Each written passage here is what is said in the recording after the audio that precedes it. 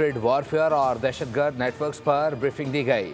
खत्ते की सिक्योरिटी सूरत हाल और भारत के जारहाना इकदाम के तनाजुर में रिवायती खतरात से निपटने के लिए तैयारियों से आगाह किया गया।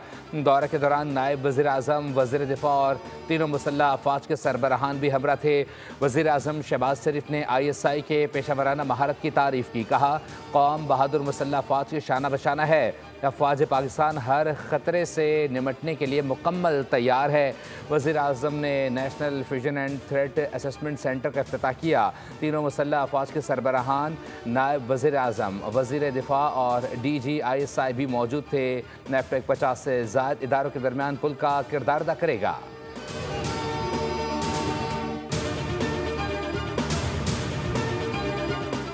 कौमी असम्बली के इजलास में भारतीय जारहत का मुंह तोड़ जवाब देने के लिए पूरा ऐवान यकज़बान। अगर पानी रोका गया तो पूरी कुव्वत के साथ जवाब दिया जाएगा। भारत में माएँ बच्चों को कहेंगी सो जाओ वरना पाकिस्तान आ जाएगा। सियासी इख्तलाफात का दिफाई मामलात से कोई ताल्लुक़ नहीं। मुल्क की सालमियत सब चीज़ों से बालतर है। वफाकी वज़ीर इत्तलात अता ताड़ का इजहार ख्याल। कहा, सिखों को सलाम पेश करता हूँ जिन्होंने पाकिस्तान के खिलाफ लड़ने से इनकार किया। भारत दहशतगर्दी का सबसे बड़ा एक्सपोर्टर है। बोल आदिल अब्बासी के साथ में बोले, भारतीय हमले का ख़तरा मौजूद है। अगर ये आए तो ऐसा जवाब देंगे कि अगली 7 नस्लें याद रखेंगी।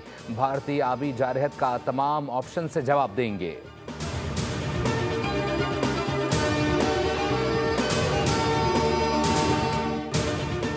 और भारतीय आलाकार कलदम BLA के दहशतगर्दों का मच में सिक्योरिटी फोर्सेस पर हमला।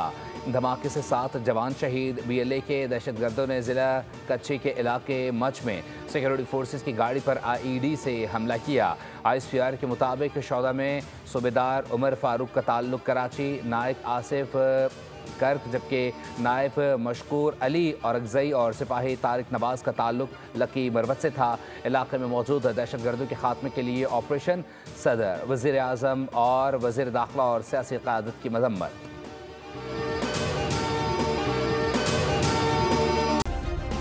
सब्सक्राइब करें और बेल दबाएं ताकि कोई खबर रह न जाए।